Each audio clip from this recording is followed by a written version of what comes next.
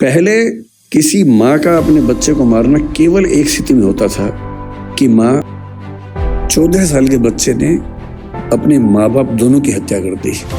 एक बहुत बड़ा बोल्डर उनके ऊपर फेंका, बाप के ऊपर। पिता को मारना चाह रहा था, माँ दुर्भाग्य से क्योंकि साथ में थी उसकी मौत हो गई। अब इंटरनेट की दुनिया है, आप जितने भी स्मार्ट माता पिता हों, आपके बच्चे आपसे ज्यादा स्मार्ट हैं।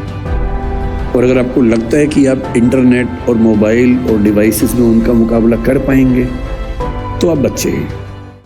पेरेंटिंग के नजरिए से हमारा समय दुनिया के इतिहास का सबसे मुश्किल समय है। पेरेंटिंग हमेशा मुश्किल रही है। मेरी राय में इस दुनिया का सबसे मुश्किल काम माँ होना है, बाकी सारे काम आसान हैं। माँ बन के अपने बच्चे को पालना इतना मुश्किल काम है। मतलब बाप लोग जाते हैं, बिजनेस करते हैं, पैसा कमाते हैं, सब कुछ करते हैं, बड़ी बात है, वो भी छोटी बात तो नहीं है। लेकिन उससे ज्यादा मुश्किल है एक छोटे बच्चे के साथ 24 घंटे गुजारना, बिना क्रोधित हुए गुजारना, उसकी हर तरह की जिद, हर तरह की छटपटाहट, बेचैनी को झेलते हुए गुजारना, अपने जो करियर हो सकता था उसको दांव पे लगा के उसकी जिंदगी को संवारना। एक छोटा बच्चा एक स्टार्टअप जैसा होता है, क्योंकि जैन समुदाय है इसलिए मैं ऐसी भाषा ज्यादा बोल रहा हूं। एक स्टार्टअप जैसा है, आप उस पर 15, 17, 18 साल इन्वेस्ट करेंगे, बहुत सारी पूंजी खर्च करेंगे, समय खर्च करेंगे, तो जाके उसकी वैल्यूएशन बनती है। और नहीं तो जैसे स्टार्टअप फेल होते हैं, 1000 में से एक आधी पास होता है, बहुत सारे स्टार्टअप फेल होते हैं। तो ये परवरिश की दुनिया में भी होता ही है। जब मैंने कुछ घटनाओं की खोज की कि आजकल के चैलेंजेस क्या हैं, तो मैं घटनाएं पढ़ के बहुत घबरा सा गया। फिर मैंने कारणों की खोज की। मैंने देखा कि पिछले केवल 6 महीने की अगर मैं बात करूं या 2-3 साल की बात करूं, तो ये घटना कि किसी पेरेंट ने अपने बच्चे को मार ही दिया, किसी भी दौर की तुलना में ज्यादा हो रही है। फिलिसाइड एक शब्द होता है साइकोलॉजी में। फिलिसाइड का मतलब है अपने बच्चे को मार देना। फेलिसाइड जिस गति से हमारे समाज में इस समय है, उतना किसी दौर में नहीं था। आज के अखबार में खबर मैंने पढ़ी, परसों की खबर है। कर्नाटक का एक जिला है, उत्तरी कन्नड़ बोलते हैं उसको। एक माँ अपने बच्चे से इतनी परेशान हो गई, 6 साल का बच्चा था, ठीक से सुन नहीं सकता था, ठीक से बोल नहीं सकता था, कि अंत में उसने क्या किया, परसों एक नदी में जहां बहुत सारे मगरमच्छ थे, अपने बच्चे को फेंक दिया। और जब खबर मिली प्रशासन को, प्रशासन गए, तब तक बच्चे का मतलब जो डर था वो हो चुका था, उसकी मौत हो गई थी। तो मैं सोच रहा था कि इतनी क्या बेचैनी हो गई होगी, ऐसा क्या हो गया होगा। फिर मुझे ध्यान है कि आज से करीब 4 महीने पहले गोवा और बेंगलोर के बीच का एक केस बड़ा प्रसिद्ध हुआ था। एक महिला जो एक AI स्टार्टअप की फाउंडर थी, CEO थी, उसने अपने 4 साल के बच्चे को मार दिया, ऐसा आरोप है, और वो भी जेल में है। हम सोचते हैं कि हमारे देश में ही हो रहा, नहीं, दुनिया भर में हो रहा है। न्यू जर्सी का एक केस पिछले 20 दिन से काफी पॉपुलर हो गया है। 3 साल पहले एक फादर, न्यू जर्सी अमेरिका में था, 6 साल का बेटा है, थोड़ा मोटा है। अच्छा, पेरेंट होना बड़ा मुश्किल काम है, क्योंकि आप बचपन में खुद प्रतिस्पर्धाओं में लगे रहते हैं और पेरेंट बन के एक नए किस्म का कंपटीशन हो जाता है। इसका बच्चा पढ़ने में मेरे बच्चे से ज्यादा अच्छा कैसे हो गया, उसका बच्चा दिखने में मुझसे, मेरे बच्चे से अच्छा कैसे हो गया।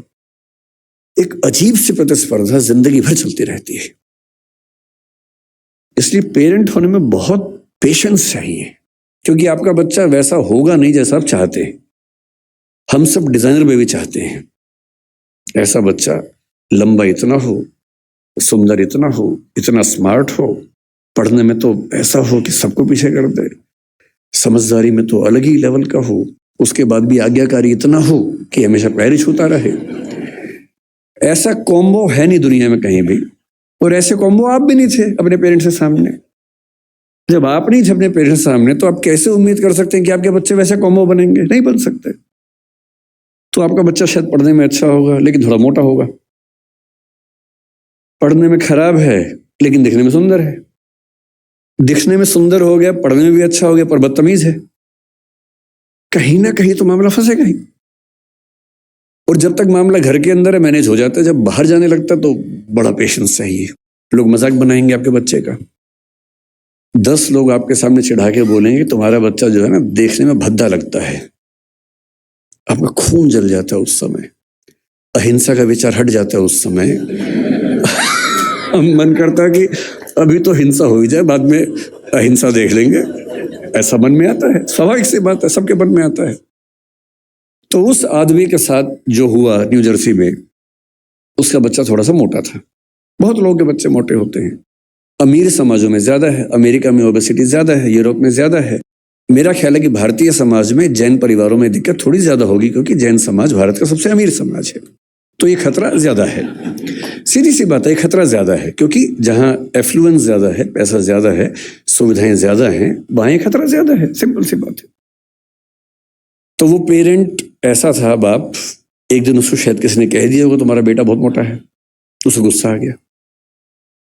6 साल का बेटा, उसने बेटे को पकड़ा कि चलो जिम चलो मेरे साथ।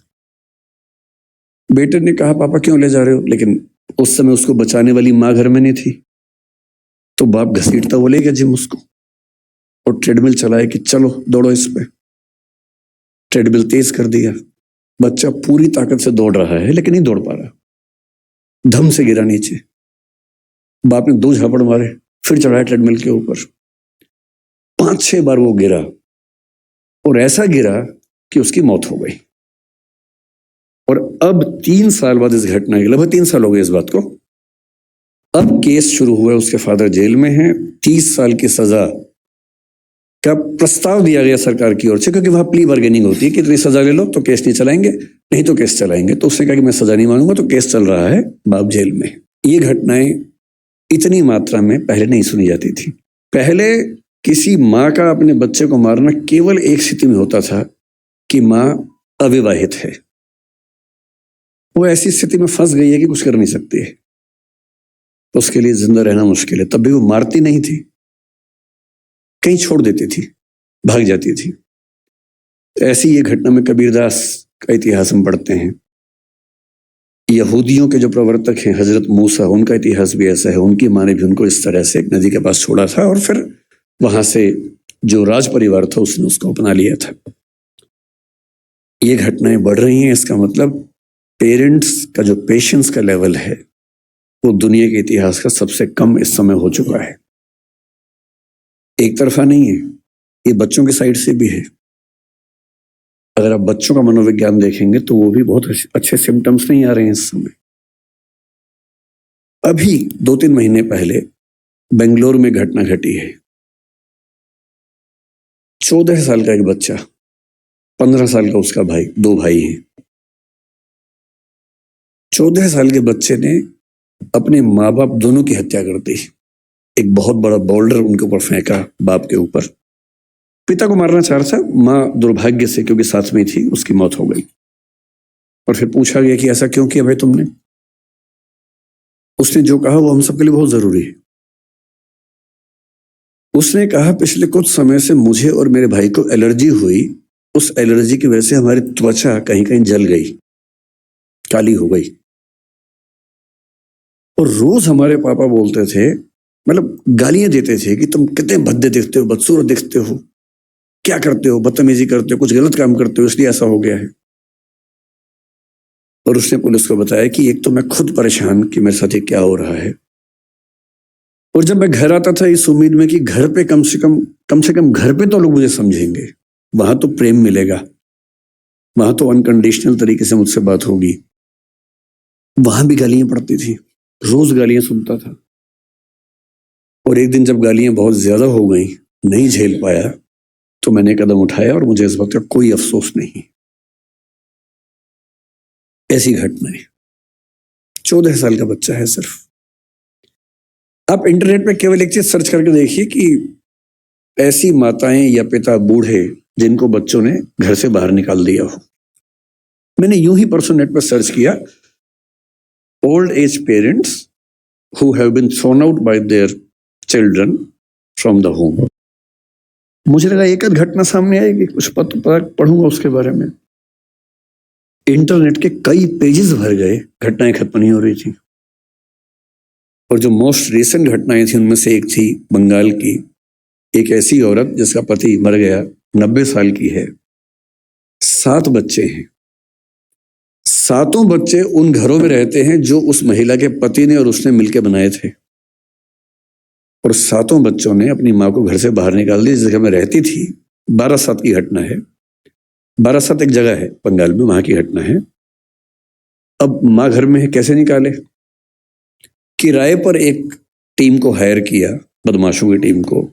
वो आई, माँ को उठाया, रात को लेके गई और कहीं फेंक के आ गए, सिर्फ इसलिए कि इस बुढ़िया का झंझट कौन उठाए। जब ऐसी घटनाएं आप भी पढ़ते ही होंगे अखबारों में, मैं भी पढ़ता हूं, और जब जब ऐसी घटनाएं हमारे सामने आती हैं तो हमें बहुत केयरफुल हो जाना चाहिए कि कुछ ऐसा हो रहा है जो ठीक नहीं है। और ये मामला ये कह के टाल देना कि बच्चे आजकल ठीक नहीं हैं, ये पेरेंट्स का सबसे आसान सेफ मैसेज है कि आजकल के बच्चे ठीक नहीं हैं। हमें समझना चाहिए कि ये मामला बच्चों से ज्यादा पेरेंट्स के लिए महत्वपूर्ण है कि उनसे कहीं कोई ऐसी गलती तो नहीं हो रही कि ऐसी घटनाएं हमारे समाज में ज्यादा हो रही हैं। तो मैं भी एक पेरेंट हूं। पेरेंटिंग पर बोलने का बहुत हक मुझे नहीं है क्योंकि मैं ऐसा कोई 30 मार का पेरेंट नहीं हूं। मेरा बच्चा भी बड़ा साधारण सा है, सामान्य सा बच्चा है। पर मुझे एक बात का सुकून है, मैं उसकी साधारणता को बहुत एंजॉय करता हूं, मुझे बड़ी खुशी होती है। और जो सबसे अच्छा बाप मुझे लगा पिछले 10-20 साल में इस समाज में, सबसे अच्छा बाप, वो मध्य प्रदेश के सागर में रहता है, एक कॉन्ट्रैक्टर है। 2018 में एक खबर पड़ी, मैं पढ़ के दिन भर खुश रहा उस खबर को पढ़ने के बाद। उसका बच्चा 10वीं क्लास में फेल हो गया। अब हम सबके बच्चे फेल होते हैं कहीं ना कहीं। हाँ, पूरी क्लास में फेल नहीं होता, एक सब्जेक्ट में फेल हुआ, कहीं नंबर कम आ गए, सब होता ही है हमारे साथ, कौन सी खास बात इसमें है। पर हम सब छिपाने में लग जाते हैं। हम सब बच्चों पर दबाव बना बना के उनको कोटा भेजते हैं, और फिर हम खबरें पढ़ते हैं कि एक साल में 25-30 बच्चों ने सुसाइड कर लिया क्योंकि वो दबाव झेल नहीं पाए सफलता का। उस बाप को बड़ी चिंता हो गई कि मेरा बच्चा फेल हुआ है, उसके आसपास के बच्चे चिढ़ाएंगे, उन बच्चों के पेरेंट्स चिढ़ाएंगे, बुलिंग होगी, इस बच्चे पर दबाव ना हो जाए। उसने क्या किया, उसी दिन शाम के समय एक बहुत बड़ी पार्टी दी, सबको बुलाया, एक पार्टी है, बताया नहीं क्यों बुलाया, बच्चे को उसमें बुलाया और सबके सामने बोला ये पार्टी इसलिए है कि मेरे बच्चे ने मेहनत की थी, फेल हो गया कोई बात नहीं, मैं एकदम इसके साथ हूं, और ये बच्चा मोटिवेशन के साथ अगले साल आपको पास होकर दिखा देगा, डरने की बात नहीं। और मैं दंग रह गया कि कोई बाप इतना सुंदर कैसे हो सकता है, इतना खूबसूरत बाप कि मेरा बच्चा फेल हो गया, मैं तो इसको भी सेलिब्रेट करूंगा। भाई मेरे बच्चे ने मेहनत की थी, नहीं रिजल्ट आया तो क्या हो गया, मैं क्यों एक्स्ट्रा वजह बनूं कि उस बच्चे के डिप्रेशन में जाने की, एंजाइटी में जाने की। और वो खबर पढ़ के मुझे लगा कि ये तो एक फिल्म बनाने लायक खबर है। आजकल मैं खबरें पढ़ता हूं तो मुझे वो भी दिमाग में आने लग गया कि फिल्म किसके, क्योंकि पिछले कुछ साल मेरा वैसा एक्सपीरियंस भी रहा इस फिल्म के स्क्रिप्ट लिखने के दौरान। ट्रेनिंग ऐसी हुई कि अब हम खबर पढ़ते सोचते हैं कि फिल्म में कैसे सेट होगा, कैसे फिल्म में ला सकते हैं इस बात को। अच्छी खबरें भी है लेकिन बुरी खबरों का अनुपात थोड़ा सा बढ़ा है, और तब मैं सोचने पर मजबूर होता हूं कि क्या ऐसी वजह है। ये तो बहुत आसान बात है कि मैं कहूं कि जो बात हमारे जमाने में थी वो आज के जमाने में नहीं है। अरे हमारे जमाने के बच्चे जैसे होते थे आज के जमाने के नहीं होते, ये तो बात हर बूढ़ा आदमी बोलता है अपने बच्चों को। आपके पेरेंट्स आपको बोलते थे, आप अपने बच्चों को बोलते होंगे, तो सामान्य बात है। लेकिन हमारी नई पीढ़ी सचमुच एक ऐसे दौर में है जो मानवता के इतिहास में आज तक नहीं आया है, और इसको हम जितना जल्दी समझ लेंगे उतना अच्छा रहेगा। हम जब बच्चे थे, हम स्कूल जाते थे, स्कूल में कुछ गड़बड़ हो भी गई तो स्कूल में बात खत्म हो जाती थी। बहुत हुआ तो पेरेंट्स के पास चिट्ठी आती थी, फिर घर में पिटाई होती थी, उतना ही मामला था। थोड़ा स्कूल में पिटे, थोड़ा घर में पिटे, मामला खत्म, बात खत्म हो गई। स्कूल में आपने कुछ गलती कर दी, 4 लोगों ने चिढ़ाया, थोड़ी बुलिंग हुई, सब लोग हंसे, आपके 2 आंसू निकले, ठीक है, बात खत्म हो गई। उसके बाद आप पर इम्पैक्ट किसका था? टीचर का था, पेरेंट्स का था, स्कूल के दोस्तों का था, गली के दोस्तों का था। इतनी दुनिया हमारी होती थी। हम खूब खेलते थे स्कूल के बाद, स्वाभाविक था, कुछ और था ही नहीं खेलने के लिए। हम क्या करते? खेलते ही थे। कभी क्रिकेट खेला, फुटबॉल खेला, कंचे खेले, गुल्ली डंडा खेला, सब कुछ खेला, पर खेला। घर से बाहर निकले, खेले हम लोग। जब मेरा स्कूल खत्म हो रहा था उस समय वीडियो गेम्स आनी शुरू हो गई थी। मारियो नाम की एक वीडियो गेम आई थी जिसका मैं बाद में चैंपियन बन गया था। मैंने ठीक ठाक उसमें अभ्यास किया था और उसके लिए खेलने के लिए स्पेशल जगह जाना होता था। एक वीडियो गेम शॉप होती थी, घर से पैसे चुराने होते थे या मांगने होते थे, क्योंकि वहां पैसे लगते थे। पैसे इतने कहाँ से आएंगे? फिर आप वहां खेलेंगे, दीवानों की तरह खेलते रहेंगे। वो शुरू हुआ था। आज के बच्चों की जो हालत है, मुझे क्योंकि ऐसे बहुत सारे पेरेंट्स मिलते हैं, बहुत सारे बच्चे भी मिलते हैं। कई बच्चे मेरे पास आके जब अकेले में बात करते हैं तो कुछ ऐसी बातें बोलते हैं जो पेरेंट्स हमें नहीं बोल सकते हैं। मुझे उनके पेरेंट्स पे तरस आता है। जो घटना मैं आज तक नहीं भूल पाया, मुझे एक बच्ची ने आज से 15 साल पहले आके क्या कहा, लगभग रोते हुए, कि मैं आईपीएस बनना चाहती हूँ। मैंने कहा ठीक है, तो उसमें रोने क्या बात है? आईपीएस तो खुश होकर बनो, रो के क्यों बनना है? तो उसने कहा आईपीएस इसलिए बनना है कि आज से कुछ साल पहले गांव में मेरा गैंग रेप हुआ था। अभी मामला सीरियस हो गया, मैं चुप हो गया। मैंने पूछा फिर आपके पेरेंट्स ने क्या एक्शन लिया? पुलिस में रिपोर्ट किया नहीं की? उसने कहा नहीं, पुलिस तो बात की बात है। मेरे जीवन की सबसे बड़ी दुविधा यह है कि मैं अपने पेरेंट्स को बता नहीं सकती, क्योंकि वो मुझ पर भरोसा नहीं करेंगे, मेरी ही गलती निकालेंगे। तो मैंने कहा तुमने बताया नहीं पेरेंट्स को? बोले नहीं, ना बताया है, ना बता पाऊंगी। आज तक किसी को नहीं बताया है। रोज घुटती हूं अंदर ही अंदर। आज पहली बार आपको बता रही हूं। और आईपीएस इसलिए बनना है कि जो मेरे साथ हुआ किसी और के साथ ना हो।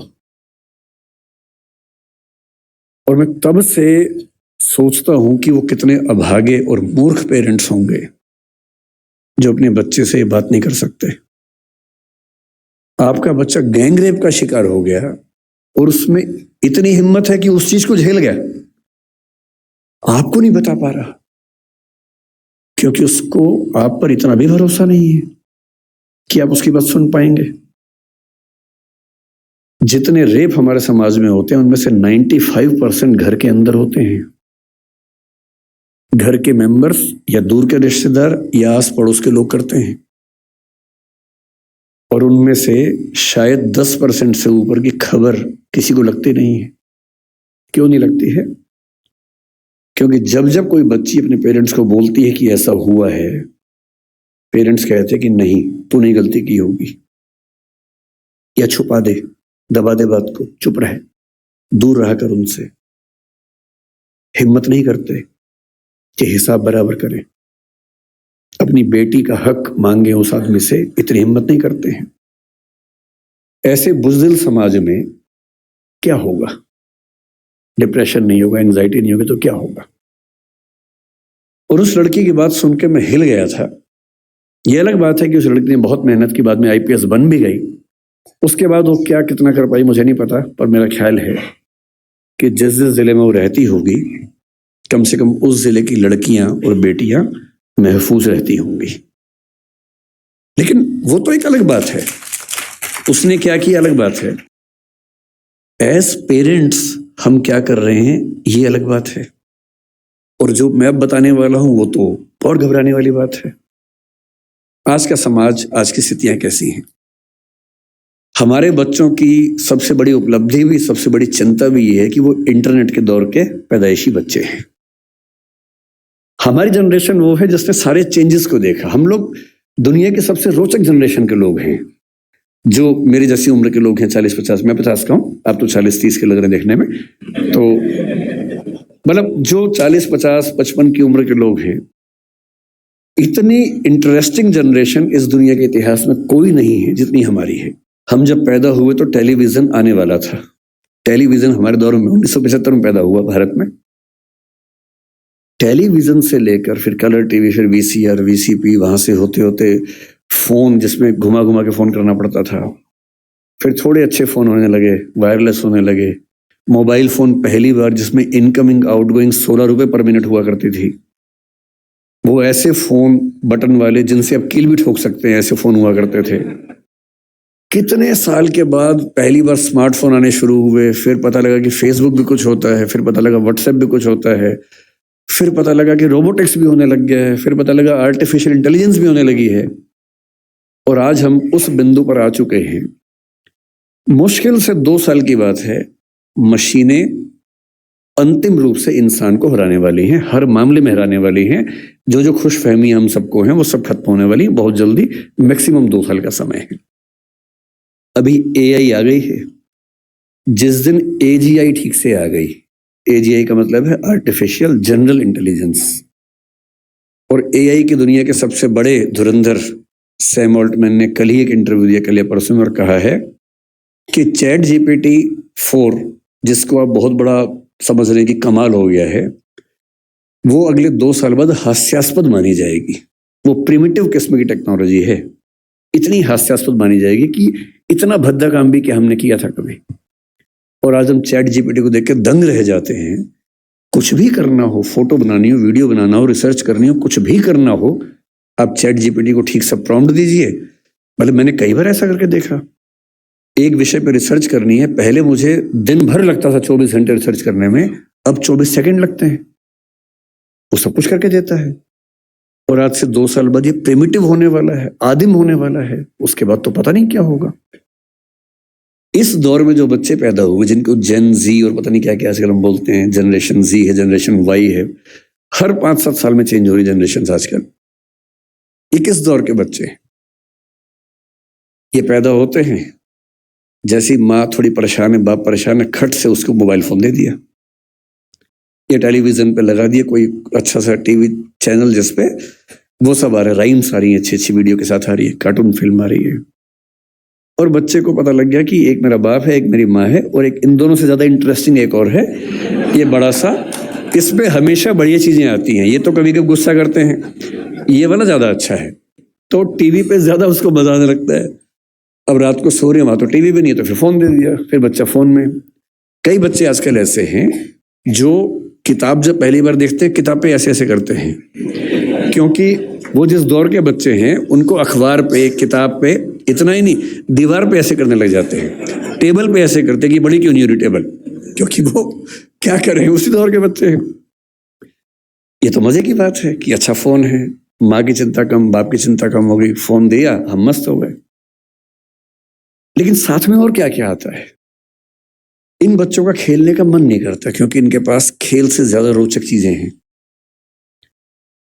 मुझे अच्छे से याद है कि हमने पहली बार 5वीं-6वीं क्लास में जाके ऊट पटांग चीजें पढ़नी देखनी शुरू की थी स्कूल में। पहले क्या है, पेरेंट्स हैं घर में, पेरेंट्स के होते हुए हिम्मत नहीं हो सकती, ना दिमाग में कुछ आता था। स्कूल गए, हर स्कूल में क्या होता है, एक आध बच्चा होता है जो नेता होता है क्लास का, जो कहीं कहीं से ज्ञान लेके आता है और सारे बच्चों में डिस्ट्रीब्यूट करता है कि भैया तुम तो बच्चे हो, तुम्हें नहीं पता दुनिया कैसे चल रही है, ये है असली चीजें। तो मुझे याद आता है कि शायद 6वीं-7वीं क्लास में पहली बार हमारी क्लास का एक छठा हुआ बच्चा था, कुछ किताब लाया था, कुछ फोटो वोटो थी उसमें ऊट पटांग सी, हम सब ने देखी, हम समझ भी नहीं पाए कि ये सब क्या है, पर ये हमें पता लगा कि इसको देखने से आदमी बड़ा माना जाता है, स्मार्ट माना जाता है। लेकिन तब भी क्या था कि एक रिसेस में एक कोने में जाके 2-3 लोग बैठ के देख रहे हैं, और जैसे टीचर दूसरी जगह से भागे वापस, और इतना ही एक्सपोजर हमारा हुआ करता था। 12वीं क्लास हो गई, कॉलेज में आ गए, उसके बाद भी वैसा एक्सपोजर नहीं था कि आप बिगड़ने के लिए हमेशा तैयार हैं, ऐसा नहीं है। दुनिया बहुत कंट्रोल्ड किस्म की थी, रेगुलेटेड किस्म की थी। अब इंटरनेट की दुनिया है, आप जितने भी स्मार्ट माता पिता हों, आपके बच्चे आपसे ज्यादा स्मार्ट हैं।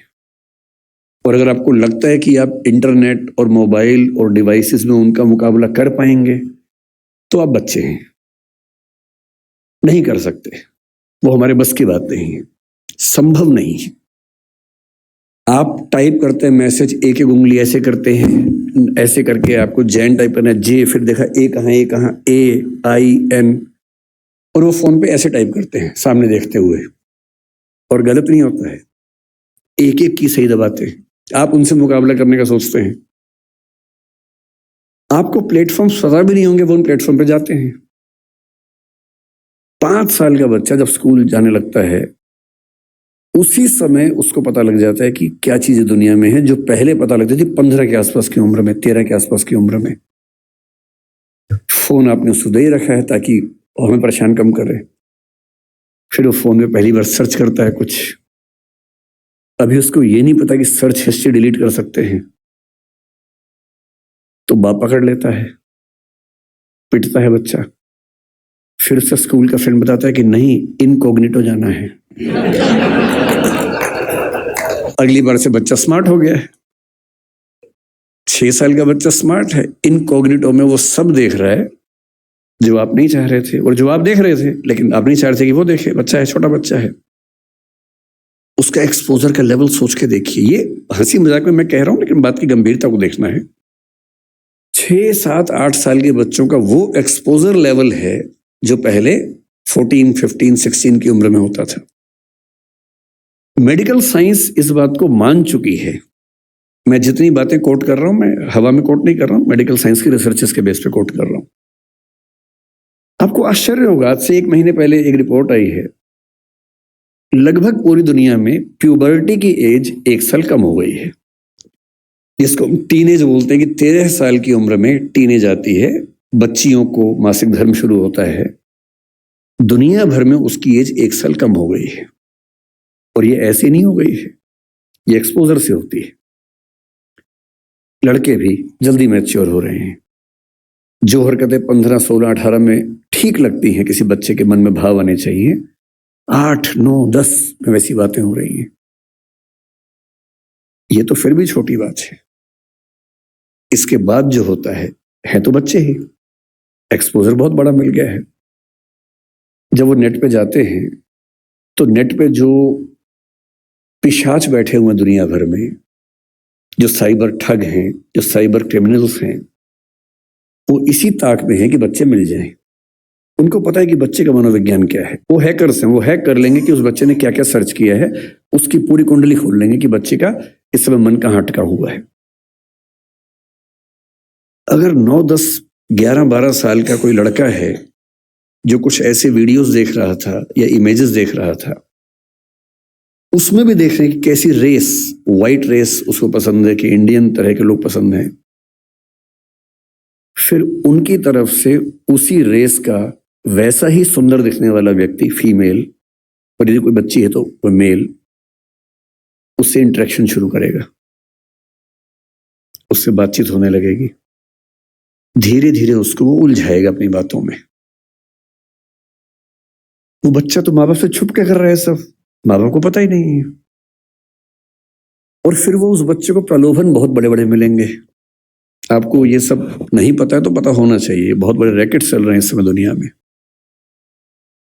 11, 12 साल का एक लड़का अपने कमरे में लैपटॉप पे वीडियो चैट कर रहा है, शायद एक ऑस्ट्रेलियन लड़की से जिसकी उम्र 21, 22, 25 साल है,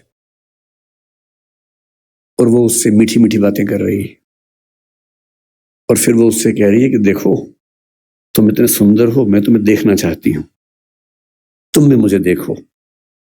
फिर वो थोड़े से कपड़े उतारती है, उसको कहती है कि तुम भी ऐसा, वो तो प्रोफेशनल है, तुम भी ऐसा करो। और वो बच्चा जिसको कुछ नहीं पता कि ये दुनिया कैसी है, वो कुछ कर बैठता है, और ये पूरा वीडियो रिकॉर्ड हो रहा है। और जैसी ऐसी चीज होती है, उसके बाद खट से मैसेज आता है कि अगर 2 घंटे में इस अकाउंट में $500 जमा नहीं किए तो ये वीडियो क्लिप तुम्हारे पापा, मम्मी, तुम्हारा इंस्टा अकाउंट मेरे पास है, इंस्टा अकाउंट में जितने तुम्हारे फ्रेंड्स हैं उन सबके पास चला जाएगा, सबके ईमेल आईडी मेरे पास है। इसको बोलते हैं सेक्सटॉर्शन।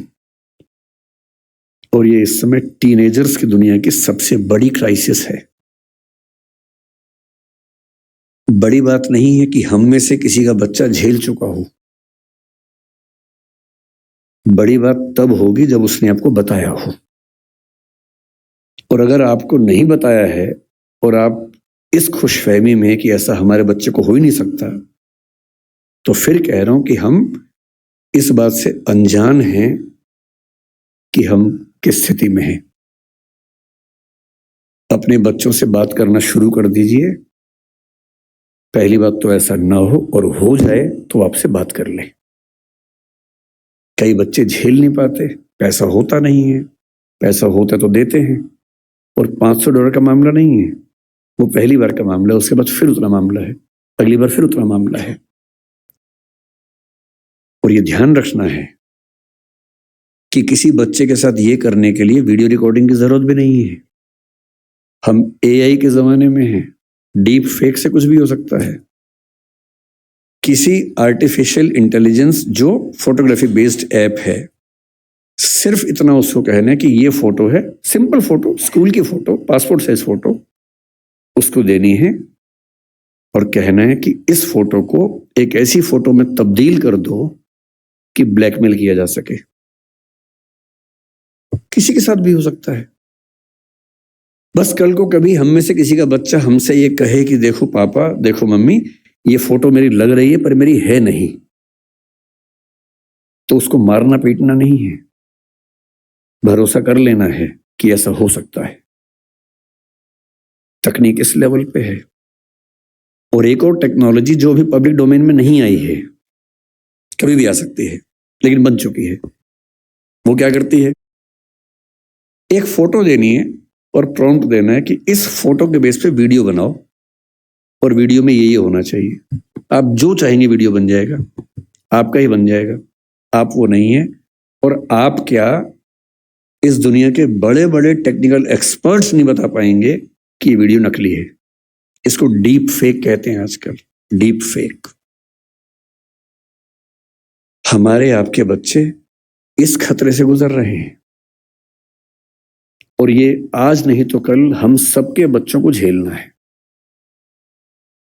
उन सबको समझाने की जरूरत है कि जब किसी से प्रेम भी करते हो, मान लीजिए आजकल बच्चों के प्रेम में क्या होता है, सबसे पहले पासवर्ड शेयर करते हैं कि तू मुझसे प्यार करती है, हाँ तो पासवर्ड दे, तू मुझसे प्यार करता है, हाँ तो पासवर्ड दे, दोनों पासवर्ड देते हैं। फिर एक और आईडी बना लेते हैं अलग से, उसका पासवर्ड दे देते हैं। फिर उसके बाद भरोसा और कायम करना है। फिर रात को 2 बजे जब पेरेंट्स सो चुके हैं, फिर वीडियो कॉल करते हैं, भरोसा करती है, हाँ, तो फिर कपड़े उतार, वीडियो कॉल पे। ये खेल शुरू हो जाता है। अपने बच्चों को समझाना है, दुनिया का कोई भी इंसान कितना भी भरोसेमंद हो, ऐसी गलती ना करे। लड़का हो तो वो भी ना करे, लड़की हो तो वो भी ना करे।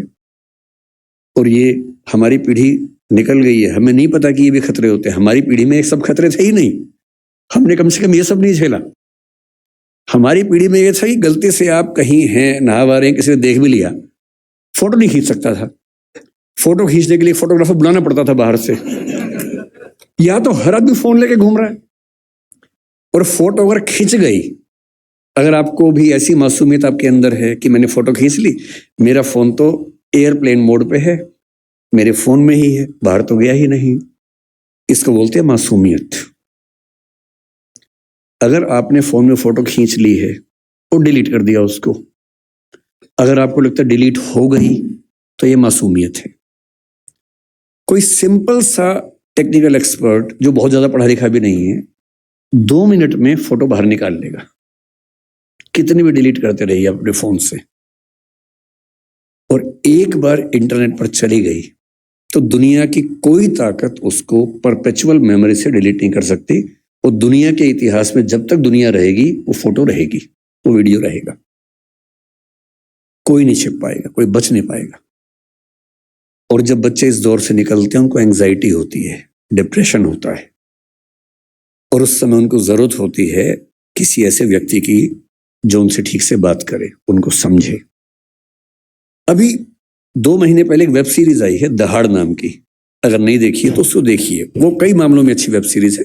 मैं उसका प्रचार करने के लिए नहीं आया हूँ, तो संयोग से मुझे अच्छी लगी तो बता दिया। जो मैं कहना चाह रहा हूं उसमें क्या है, उसमें एक पुलिस का एसएचओ है, एसएचओ है या डीएसपी है, शायद एक अधिकारी है पुलिस का, उसी के जुरिसडिक्शन में एक स्कूल में उसका बेटा पढ़ता है और स्कूल से कंप्लेंट आई कुछ बच्चे एक मोबाइल फोन एक कमरे के अंदर देखते हुए पकड़े गए हैं। वो मोबाइल फोन वही है जिसको उसका बाप ढूंढ रहा है किसी क्राइम की इन्वेस्टिगेशन के लिए, वो नंबर ट्रेस कर रहे थे, वही नंबर है। तो बाप और पुलिस की पूरी टीम भागी है और प्रिंसिपल ने कहा कि वो बच्चे इस कमरे के अंदर हैं। अंदर गया तो उसका अपना बच्चा ही है। वो बच्चा क्रिमिनल नहीं है, वो तो गलती से फोन उसके पास आ गया, वो वाला जो फोन क्रिमिनल का था उसके पास आ गया।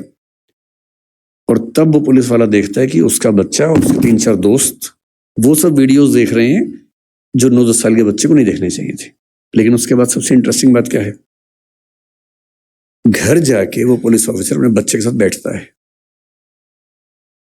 और कम से कम 2-3 मिनट का सीन है। किसी फिल्म या वेब सीरीज में 2-3 मिनट का मतलब बहुत बड़ी बात होती है।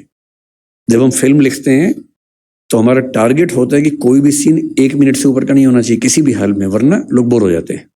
मैक्सिमम 1 मिनट होता है। 2-2.5 मिनट तक एक थीम पर बात चल रही है, इसका मतलब डायरेक्टर चाह रहा है कि ये बात ठीक से पहुंचे। और बाप अपने बेटे को सिखा रहा है कि बेटा ये चीजें इस रूप में नहीं होनी चाहिए, इस रूप में होनी चाहिए, सही उम्र में होनी चाहिए। और तुम जो वीडियो देख रहे थे उसमें लड़की को ऑब्जेक्ट की तरह इस्तेमाल किया जा रहा था। लड़कियां ऑब्जेक्ट नहीं होती हैं, इंसान होती हैं। तुम्हारी माँ, तुम्हारी बहन भी लड़की है। ध्यान रखना, जिससे प्रेम करो, जिससे शादी करो, वैसा ही सलूक करना जो चाहते हो कि तुम्हारी बहन के साथ भी हो। ये होती है बाप की जिम्मेदारी, ये होती है माँ की जिम्मेदारी कि जब बच्चे उस रास्ते पर जाए तो उनको थोड़ा समझाए कि क्या करने की जरूरत है।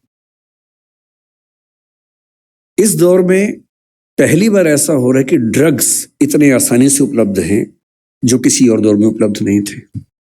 कंपटीशन जितना कभी नहीं था उतना आज है, इसलिए कोटा में ऐसी घटनाएं रोज सुनने को आ रही हैं हमारे सामने। ग्लोबलाइजेशन ऐसा है कि कम से कम आपकी कम्युनिटी में, क्योंकि आपकी कम्युनिटी एक रिच कम्युनिटी है, जनरली आपके बच्चे देश से बाहर यात्रा करेंगे ही करेंगे, ग्लोबल बिजनेस बनाएंगे, कोई ऐसा बिजनेस बनाएंगे जो कई देशों में चलता हो तो उनको आना जाना पड़ेगा ही पड़ेगा। एक ऐसी पीढ़ी जो ग्लोबल विलेज से कनेक्टेड है, इंटरनेट से कनेक्टेड है, एआई की दुनिया में है, उसके ऊपर जितने खतरे हैं उतने कभी नहीं थे। इसलिए पहली बात जो मैं कहना चाह रहा था वो ये है कि थोड़ा सा मुस्तैद हो जाने की जरूरत हम सबको है। बच्चों पे आरोप लगाना सबसे आसान काम है, तू है ही ऐसा, तू है ही वैसा। सही तरीका ये है कि हम समझे कि हमारी क्या जिम्मेदारी बनती है। मेरा तरीका ये है कि किसी विषय पर बात करने से पहले एकदम बेसिक बात से हम शुरू करें।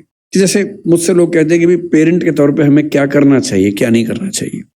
तो मैं सबसे पहले बोलता हूँ कि मैं कोई खास पेरेंट नहीं हूँ, तो आप मुझे कोई 30 मार खाना समझे। मैं बहुत सामान्य किस्म का पेरेंट हूँ, तो उतना ही बताऊंगा जो मैंने अनुभव से सीखा है, फेलियर से सीखा है। जिस मामले में मैं अपने बच्चे को नहीं समझा पाया, अब समझ में आया कि हाँ ऐसे होता तो और अच्छा होता, तो मैं उस अनुभव की बात कर सकता हूँ। सबसे पहला सवाल अपने आप से यह पूछना है कि हम अपने बच्चों से चाहते क्या है, पर्पस क्या है हमारा। अगर पर्पस स्पष्ट है तो तरीके सारे मिल जाएंगे, अगर पर्पस स्पष्ट नहीं तो तरीके नहीं मिलेंगे। मैं अपने बच्चे को किस रूप में देखना चाहता हूं, अगर ये क्लैरिटी है तो सारे रास्ते क्लियर है। तो मैंने अपने आप से पूछा कि मैं अपने बच्चे की जिंदगी में क्या चाहता हूं। तो मैंने 4-5 एरोज निकाले कि क्या मैं ये चाहता हूं, ये चाहता हूं या ये चाहता हूं। एक चीज मैंने सोची कि मैं अपने बच्चे को सफल होते हुए देखना चाहता हूं, सक्सेसफुल। टाइम हो गया? ठीक है, आप जितना कहेंगे 10 मिनट। ये छुप के बोल रहे 10 मिनट, तो मैंने खुल के बोल दिया। तो मेरे सामने 3-4 चीजें हैं कि मैं चाहता हूं कि मेरा बच्चा सक्सेसफुल हो। सब चाहते हैं, आप भी चाहते ही होंगे। सक्सेस का मतलब है खूब पैसा हो, पावर हो, प्रसिद्धि हो, सामाजिक रसूख हो। फिर मैंने सोचा कि नहीं, मैं ये चाहता हूं कि मेरा बच्चा कायदे का इंसान बने, उसमें एम्पैथी हो, पेरेंट से, परिवार से, दोस्तों से, समाज से अच्छा संबंध हो, कमिटमेंट्स पूरी करता हो। फिर मुझे लगा ठीक है कमिटमेंट्स, लेकिन मैं चाहता हूँ कि मेरा बच्चा इतना मजबूत हो, स्मार्ट हो कि किसी भी चैलेंज को झेल सकता हो, घबराए नहीं। फिर लगा नहीं, मैं ये चाहता हूँ कि मेरा बच्चा फिजिकली, मेंटली, इमोशनली फिट रहे, स्वस्थ रहे। फिर मुझे लगा कि सब कुछ हो तो कितना अच्छा है, लेकिन तभी समझ में आया कि सब कुछ तो मेरे पास भी नहीं है, तो मैं कैसे उम्मीद करूं कि बच्चों में हो जाएगा। तब मैंने अंत में एक चीज लिखी कि एज ए पेरेंट मेरी सबसे पहली और आखिरी इच्छा ये होनी चाहिए कि मेरा बच्चा खुश रहे जीवन में। इससे बड़ी क्या इच्छा हो सकती है? आप कहेंगे कि हाँ, सक्सेसफुल हो और खुश रहे, ठीक तो है, पर मैं ये कह रहा हूं कि कभी कभी ऐसा हो सकता है कि सक्सेसफुल होकर दुखी रहे, और जैसी सक्सेस आप चाह रहे थे वैसी न मिलने के बाद भी खुश रहे। और अगर मुझे दोनों में से एक को चुनना हो कि सक्सेसफुल और दुखी, या कम सक्सेसफुल लेकिन खुश, तो एज ए पेरेंट मेरा पहला भाव क्या होना चाहिए? कि वो खुश रहे। क्योंकि मैंने तो ऐसे आईएएस आईपीएस अधिकारियों को देखा है जिन्होंने आत्महत्याएं कर ली हैं, उनसे बड़ा सफल कौन होगा? मैंने ऐसे बड़े बड़े टाइकून्स को देखा है बिजनेस की दुनिया के जो खुश नहीं है, इनसे बात करो तो लगभग रोते रहते हैं रात दिन, लेकिन टाइकून्स हैं, बहुत अमीर लोग हैं। तो मैं ऐसा क्यों चाहूं कि मेरा बच्चा ऐसा हो? तो मैंने एक पिरामिड बनाया जो शायद आपके काम का भी हो। मैं एकदम क्लियर हूं, मैं अपने बच्चे से हमेशा ये बात करता हूं कि भैया मुझे सबसे पहले ये चाहिए कि तुम खुश रहो, बाकी सब सेकेंडरी है, उसके साथ हो जाए तो अच्छा है, नहीं तो मुझे तुम्हारी खुशी से मतलब है, बाकी सब बातें बात की। खुशी कैसे आएगी? खुशी इस बात से आएगी कि मैं उसके ऊपर अपनी इच्छाएं थोपूं नहीं, समझाऊं, परसुएट करूं। अगर मुझे लगता है कि वो गलत रास्ते में, तो मैं समझाऊं कि बेटा ये रास्ता गलत है, रीजन बताऊं, डिस्क्राइब करूं, उसे सही रास्ते पर लाऊं, समझ जाएगा। क्यों नहीं समझेगा बच्चा? पर मैं अपनी जिद में उसके ऊपर उसका करियर इंपोज करूं, नहीं तुम्हें यही करना होगा, तुम्हें इससे ही शादी करनी होगी, तुम्हें ऐसे ही जीवन जीना होगा। तो मैं ऐसे कई लोगों को जानता हूं जो बहुत सफल हैं और अपने माता पिता से, स्पेशली अपने पिता से नफरत करते हैं। नफरत बहुत भारी शब्द है, लेकिन वो नफरत ही करते हैं। वो कहते हैं कि मेरे पिता ने मुझे जबरदस्ती ये विषय दिलवाया, इंजीनियरिंग करवा दी, मेरी इच्छा नहीं थी। मेरे पापा ने मुझे जबरदस्ती आईएएस का एग्जाम दिलवाया, मेरी इच्छा एकदम नहीं थी, मेरी इच्छा सिंगर बनने की थी। क्योंकि मैं पढ़ने में ठीक था, मैं बन भी गया सिविल सर्वेंट। मैं सिविल सर्वेंट हूं, मैं नौकरी कर रहा हूं ठीक से, पर मुझे मजा नहीं आता है, मैं रोज दुखी होता हूं।